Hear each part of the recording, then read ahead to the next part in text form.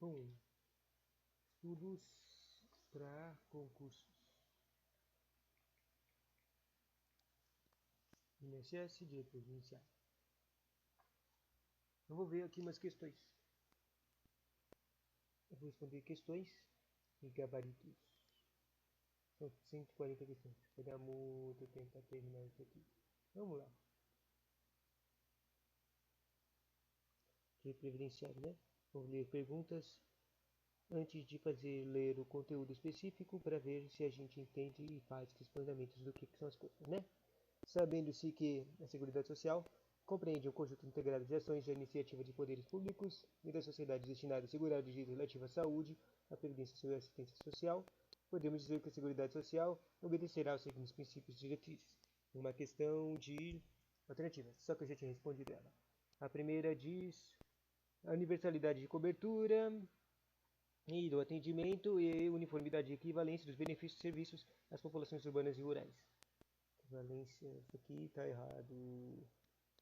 Segunda, seletividade. Não, na verdade isso aqui está muito, parece certo. Não estou achando, entendendo. Não achei nenhum erro nisso aqui. Como é que então essa aqui está certa? Agora eu olho aqui e eu olho isso. Todas as alternativas estão corretas na que eu tinha respondido.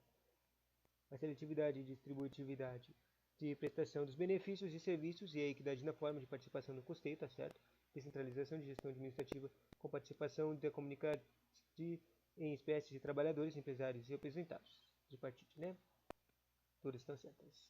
O próximo, tendo em vista que a Previdência Social tem por finalidade assegurar aos seus beneficiários meios indispensáveis de manutenção por motivo de incapacidade, idade avançada, tempo de serviço, desempenho involuntário, encargos de família e reclusão ou morte daqueles que de quem dependiam economicamente, podemos afirmar que a organização de previdência social obedecerá aos seguintes princípios diretrizes. Daí, ABCD. Primeiro, esse aqui também já viu o gabarito, né? A diversidade de base no financiamento é caráter monárquico. O caráter monárquico. Tipo, nada a ver esse técnico monárquico, tá errado. Segundo, D. Redutibilidade do valor dos benefícios. Se lembra que os valores dos benefícios são que nem salários, não podem ser reduzidos.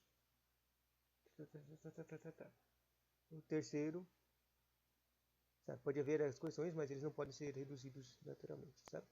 O terceiro é o certo. A previdência complementar facultada estiva custeada por contribuição adicional. E o D era todas as alternativas estão corretas, mas está errado porque as duas primeiras são erradas. E o terceiro, eu também já sei o gabarito. Só essas três que eu tinha já respondido. Analisando a Lei 8212, podemos dizer que não integram o salário contribuição para os benefícios dessa lei exclusivamente. O primeiro não integra os benefícios de previdência social nos termos e limites legais, inclusive o salário maternidade. Ele não integra o salário contribuição, o salário maternidade. As diárias para viagens desde que não excedam 20% de remuneração mensal. Elas não são consideradas para o salário de contribuição. E, por fim, na verdade essas coisas aqui estão falando que, às vezes que eu falei errado, né? A pergunta é as que não contribuem. E essa aqui contribui sim. E a segunda também contribui, as diárias, benefícios, é tudo contribuição. Mas o terceiro aqui, esse aqui que não contribui. A parcela recebida a título de vale transporte na forma da legislação própria. Isso aqui não é contribuição para o salário de contribuição. E todas as alternativas estão corretas. Errado. Né? Agora o quarto, esse aqui eu não sei qual é o certo, porque eu não tenho cabelo. Vamos lá. A Previdência Social poderá exigir certidão negativa de débito CND. Certidão negativa de débito. Sigla CND. Fornecida pelo órgão competente quando? Da empresa, na contratação com o poder público e no recebimento de benefícios de incentivo fiscal ou creditício concedido por ele. Recebeu uma certidão negativa de débito da empresa.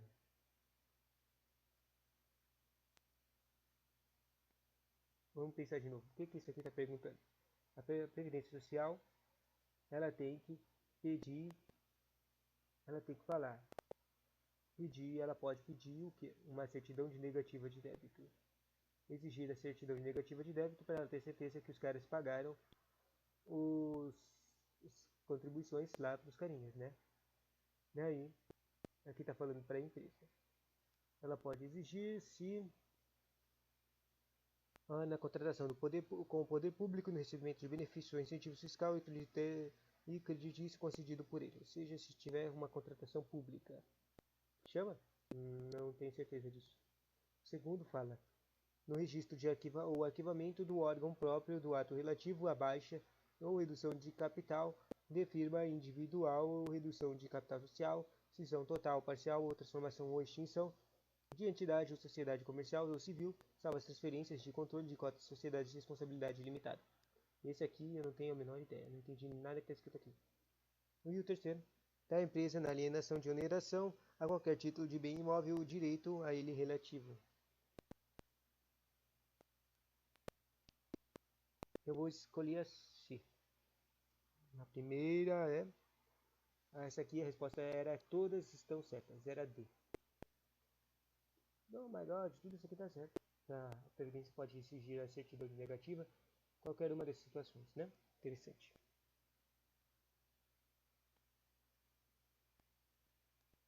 A quinta é, segundo o disposto no 8212, são considerados segurados obrigatórios da Previdência Social como empregados os seguintes pessoas físicas. Olha, eu acabei de ler isso no último vídeo. Aquele que presta serviço de natureza urbana ou rural à empresa em caráter não eventual sob sua subordinação e mediante remuneração, inclusive como diretor e empregado. Isso aqui tá certo. E esse aqui também tem, tipo, parece que todas as questões aqui estão tendo uma opção de todas estão certas. Esse aqui tá certo. O Brasil ou estrangeiro domiciliado e contratado no Brasil para trabalhar como empregado em sucursal e agência empresária nacional do Brasil. Isso aqui também é um empregado. A coisa do empregado do previdenciário aqui é que é tudo mesmo. Qualquer coisa que trabalha é considerado empregado do previdenciário. Aquele que presta serviço no Brasil, missão diplomática ou a repartição de consultar, de carreira estrangeira e a órgão subordinado ou a membro dessas missões e repartições, inclusive no brasileiro sem residência permanente no Brasil e o brasileiro amparado pela legislação previdenciária do país respectiva missão diplomática e repartição consular. Isso aqui tá certo também. Daí o 5, parece que eu errei, porque não era tudo certo. Só o A que estava certo, o primeiro que eu falei que estava certo. Próxima questão. Segundo o disposto na Lei 822, podemos dizer que constitui receita de seguridade social a remuneração recebida nos serviços de arrecadação, fiscalização e cobrança prestados a terceiros. Constitui receitas. Remuneração recebida dos serviços de arrecadação, fiscalização e cobranças prestadas a terceiros. Errado. Isso não é arrecadação. Não é receita. As ações legadas, subvenções e outras receitas eventuais. Isso não é receita. As receitas provenientes de prestação de serviços e de fornecimento de arrendamento de bens. Eu acho que isso aqui pode ser considerado receita. E o D, todas as alternativas. Eu vou de C. C. E todas as alternativas estavam corretas, né? Que pena. Ou seja, eu acertei... Na verdade, eu errei todas. Suado. É? Vamos aprender, vamos aprender. Próxima página. A matrícula de empresa será feita perante o Instituto Nacional de Segurança Nacional, INSS, no prazo de... Tem 10, 15 e 30 dias. E tem uma opção escrita todas as alternativas estão corretas. Mas como é que pode ser um prazo e falar todas as alternativas corretas? A menos que isso aqui seja tipo... A empresa pode se inscrever, daí ela fala 10 dias para pequena, 15 para média e 30 para a grande empresa. Vamos escolher D só para ver. É 30 dias da inscrição de empresa. Então, aí vamos. É C. Próximo. O titular de cartório de registro de pessoas naturais fica obrigado a comunicar ao INSS o registro dos óbitos ocorridos no mês imediatamente anterior, devendo da relação constar a filiação, a data local de nascimento das pessoas falecidas. Até, ou seja, precisa disso aí registrado, né? Quando é que tem que ter? Daí eu vou falar o mais rápido possível. Vou escolher o de 2 semanas, 15 dias. Na verdade, o mais rápido possível seria de 10 dias, mas eu vou escolher o de 15 dias. A resposta é 10 dias, era o mais rápido possível mesmo. 10 dias! Erramos de novo. 9. A falta de comunicação de época própria, bem como envio de informações inexatas, sujeitará o titular da serventia a multa de... Uma multa, IUFIR.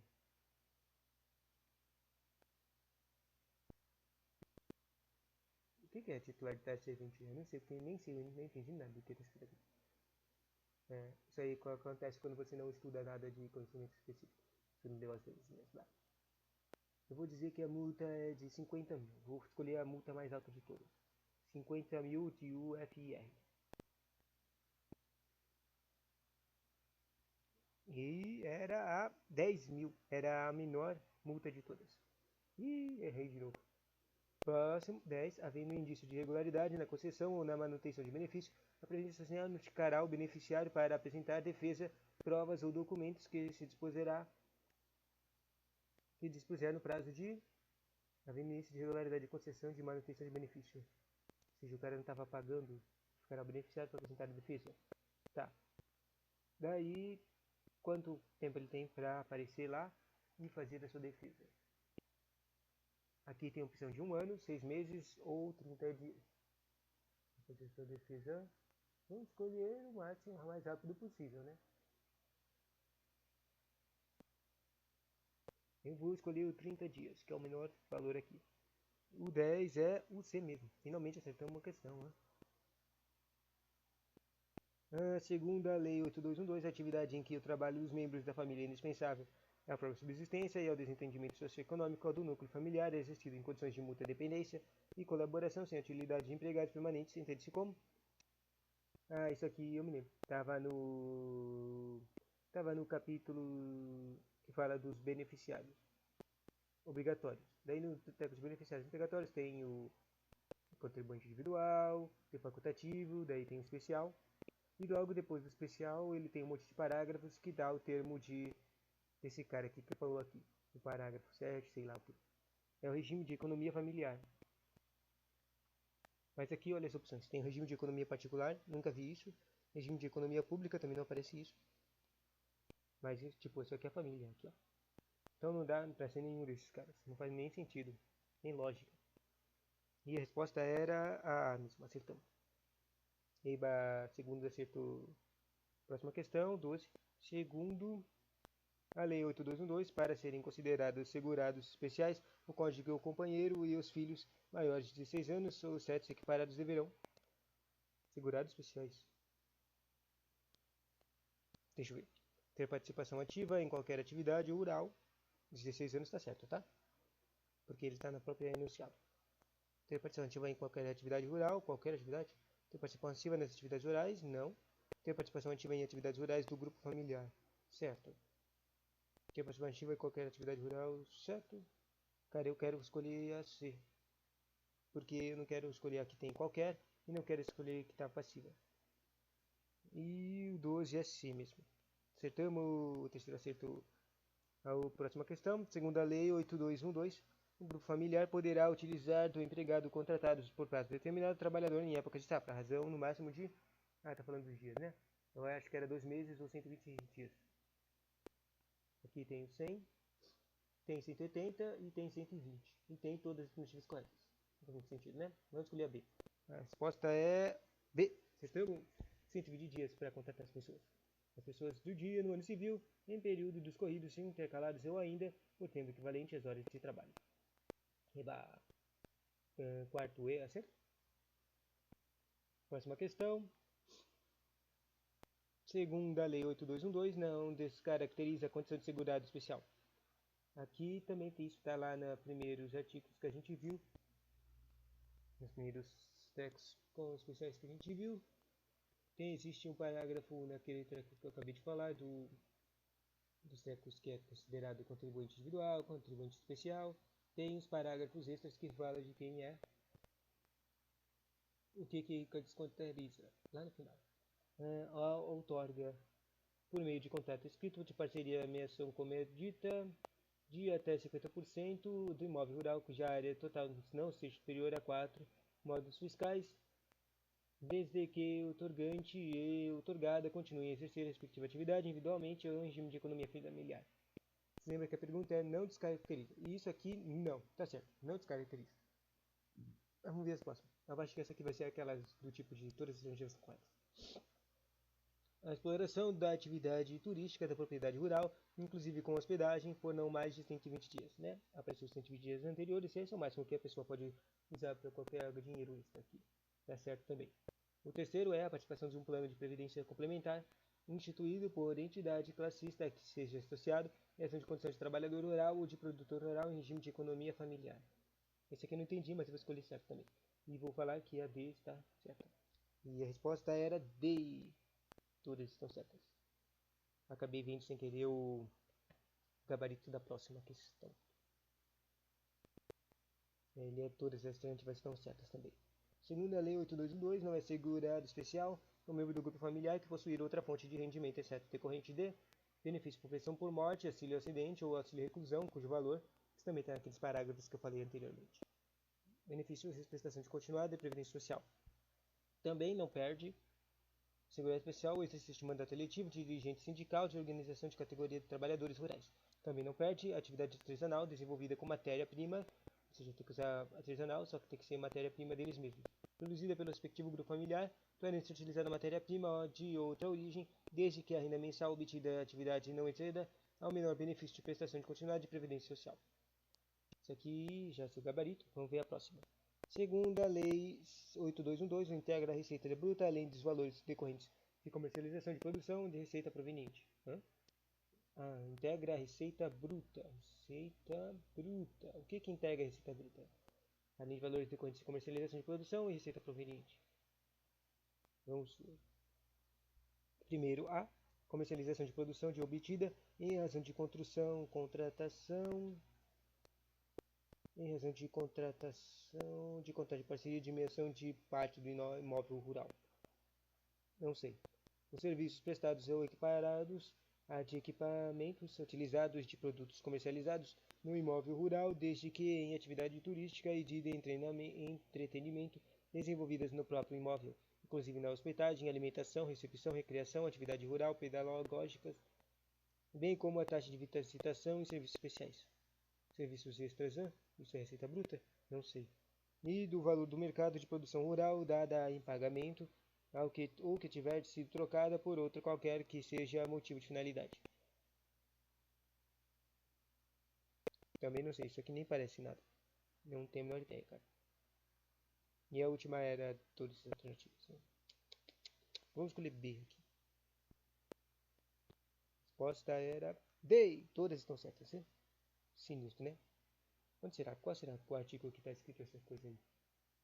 E 17. Segundo a Lei 8212, considera-se o processo de beneficiamento da industrialização artesanal, aquele realizado diretamente pelo próprio produtor rural, por sua física, desde que, né, apareceu aqui, não seja sujeito a incidência de imposto sobre produtos industrializados. Acho que isso aqui não estava falando naqueles parágrafos. Esteja sujeito a incidência de imposto sobre produtos industrializados, IPI. Esteja sujeito a incidência de ICMS ou IPI. E todas estão corretas. Não tenho nem ideia. Eu vou escolher o IP. IPI, o D. O todas são corretas. E deu errado. A que estava certa era aí, não está sujeito à incidência de imposto sobre produtos industrializados. IPI. Interessante, não é? Próxima questão.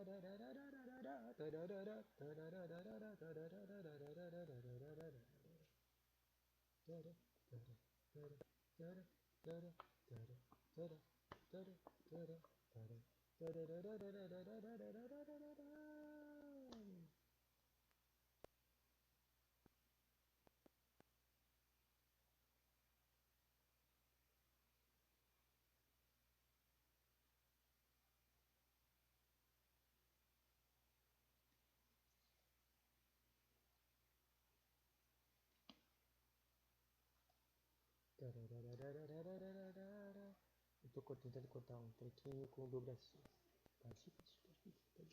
Consegui. Aí não saiu. Bom,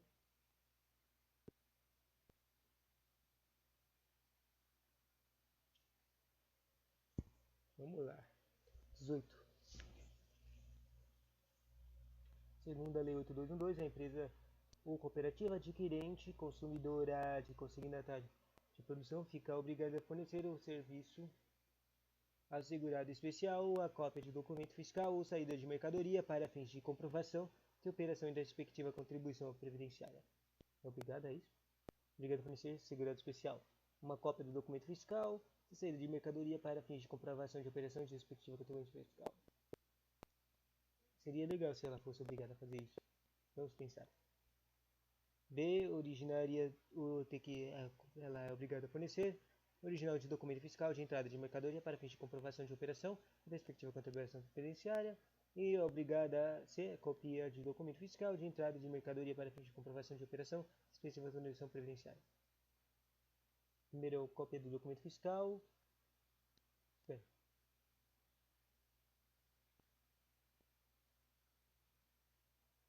O terceiro, quer dizer, o primeiro é uma cópia, o segundo é um original, o terceiro é cópia. O primeiro é uma cópia de documento fiscal de saída de mercadoria, o segundo é uma original de entrada e o segundo é uma cópia de entrada. Ou seja, não tem como ser o D se todas as alternativas certas, porque o B cancela C.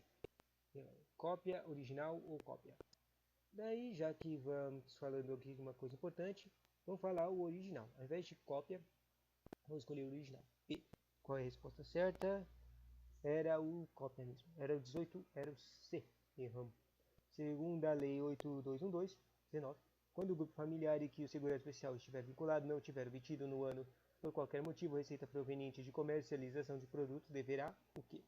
Você não conseguiu, não tiver obtido no ano, ela deverá o quê? Consultar a ocorrência da Previdência Social, comunicar a ocorrência da Previdência Social, unificar a ocorrência da Previdência Social. Qualquer motivo. Vamos falar só simples, comunicar, né? B. 19 é o B, acertamos. 20. Segundo a Lei 8213, olha aí, parou de falar da 8212. Então vamos terminar aqui mais essa página e depois fazer um próximo vídeo com mais perguntas. Segundo a Lei 8212, como segurado especial, quer dizer 213, a pessoa física residente de imóvel rural ou aglomerado urbano ou rural próximo a ele, que é individualmente ou em regime econômico familiar, ainda que com o auxílio eventual de terceiros, na condição de produtor, seja proprietário, usufrutário, possuidor, assentado, parceiro ou meeiro, outorgados como dotário ou arrendatário rurais, que explore atividade agropecuária em área de 4 modelos fiscais. Volta aqui. Como segurança social, na condição de 4 até 4 modos fiscais, né? E essa aqui parece que é uma pergunta só de falar de modos fiscais. Então, é sempre 4 modos fiscais. A que é certa. A B fala 6 modos fiscais. A C fala 8 modos fiscais. E a D fala tudo o que contraria, né? 20 é a A. Acertamos. E 21. Segundo a 8213, entende-se como o regime de economia familiar, a atividade em que o trabalho dos membros da família é indispensável à própria subsistência e ao desenvolvimento socioeconômico do núcleo familiar e é exercido em condição de mútua dependência e colaboração, sem a utilização de o quê? Empregados avulsos, empregados temporários e empregados permanentes. Sem a utilização de empregados permanentes. Esse é o verdadeiro. O C. 21 é C. Acertamos. E última questão, segundo a Lei 8213, a comprovação de exercício de atividade rural será feita alternativamente por meio de contrato individual de trabalho de carteira. Volta aqui. Segundo a comprovação de exercício de atividade rural será feita. Como é que comprovam a atividade rural? Contrato individual, contrato de arrendamento ou declaração fundamentada de sindicato que representa o trabalhador rural ou, quando for o caso, o sindicato ou colônia de pescadores, desde que homologada pelo Instituto Nacional de CNS. Eu não tenho nem ideia, mas eu vou escolher a C, porque parece bonitinho e é mais fácil. C. A resposta era D, todas estão corretas. Que era o contrato individual é considerado para verificar se o cara trabalhou rural. O contrato de arrendamento, parceria ou comodato rural, declaração fundamentada de sindicato de representação e trabalhador rural, ou, quando for o caso, sindicato, também é considerado. E o treco do INSS.